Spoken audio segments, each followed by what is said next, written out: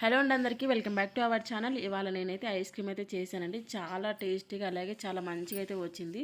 మీరు కూడా అయితే చూసిండి ఒకసారి. చూసారు కదా ఎంత అంటే నాకు మనకి ఇట్లా ఐస్ క్రీమ్ తీసుకునేది ఉంటుంది కదా, అదైతే నా దగ్గర లేదు. అందువల్ల నేనైతే ఇలా పీసెస్కి కట్ చేశాను. ఇంకా మా పిల్లలు అయితే ఇంకా తినేసారనమాట. ఇంకా ముక్కలు కట్ చేస్తుంటే ముందుగా అయితే నేనైతే ఒక ½ లీటర్ వరకు అయితే పాలు అయితే తీసుకున్నానండి. తీసుకొని ఇవైతే మంచిగా మనమైతే బాయిల్ చేసుకోవాలి.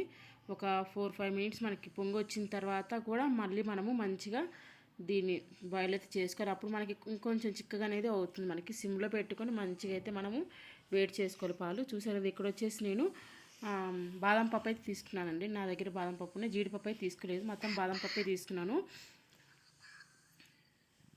ఒక 20-30 వరకు అయితే తీసుకున్నాను నేను బాదం పప్పు వచ్చేసి.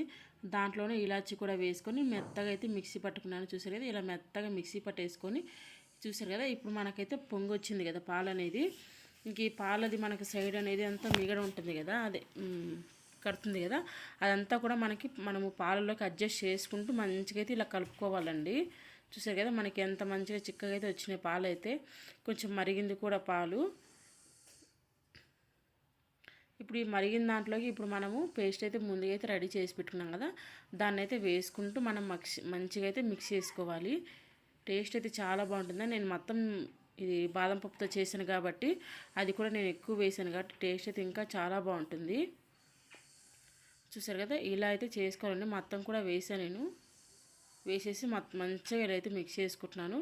చూసారు కదా మనకి మంచి ఎలా పొంగు వస్తుందో మనకి, అంటే అది వేసాను కదా, ఇంకా దానివల్ల మనకి పొంగుతూ ఉంది ఇది. ఈ ఇప్పుడు ఒక 2 మినిట్స్ అది బాయిల్ అయింది కదా. ఇప్పుడే మనము ఒక 2 టేబుల్ స్పూను కస్టర్డ్ పౌడర్ అయితే మిక్స్ చేసుకొని పాలతోటి మిక్స్ చేసుకొని మనమైతే నేను నీళ్ళు వేసేసి మిక్స్ చేసుకున్నాను. కానీ కాకపోతే పాలు వేసుకొని మిక్స్ చేసుకోవాలి. ఇప్పుడు దీన్ని మంచిగా మిక్స్ చేసుకొని మనము ఇప్పుడు ఇందులోకి అయితే వేసుకోవాలండి. ఈ పాలు అయితే ఉన్నాయి కదా, ఇందులోకి వేసుకుంటూ మనం మంచిగా అయితే మిక్స్ చేసుకోవాలి. ఉండలు అనేది ఏమీ లేకుండా మనం వేసుకునేటప్పుడే మంచిగా మిక్స్ చేసుకోవాలి. లేదంటే మళ్ళీ మనకి ఉండ అనేది కట్టేస్తుంది. చూసారు కదా, ఇంకొంచెం మనకి చిక్కగా అనేది అయింది. ఇది ఇంకా ఆల్రెడీ చిక్కగా ఉంది, ఇది వేయడం వల్ల ఇంకా మనకి చిక్కగా అనేది వచ్చింది.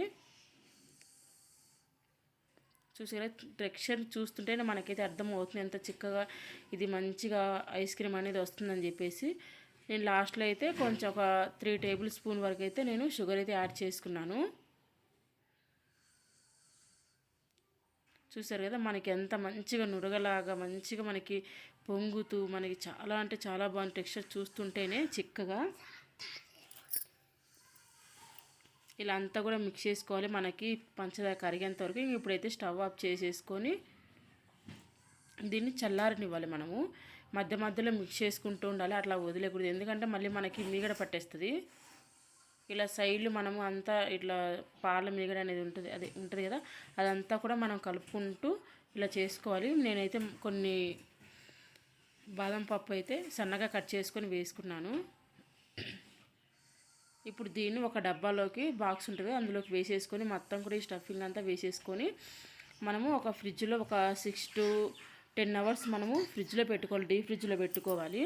పెట్టేసుకొని నెక్స్ట్ డే చూస్తే ఇలా మంచిగా మనకైతే గట్టిగా అయింది. నేను యాక్చువల్గా అంటే నేను మర్చిపోయాను, అంటే వీడియో తీసుకోవాలి కదా అని చెప్పేసి మర్చిపోయాను. ఈలోపు నేను కట్ చేశాను, ఇంకా అందువల్ల అట్లా ఉందన్నమాట. లేదంటే చాలా మంచిగా వచ్చింది, కానీ చూస్తుంటే అర్థమవుతుంది. Thank you for watching. Bye bye.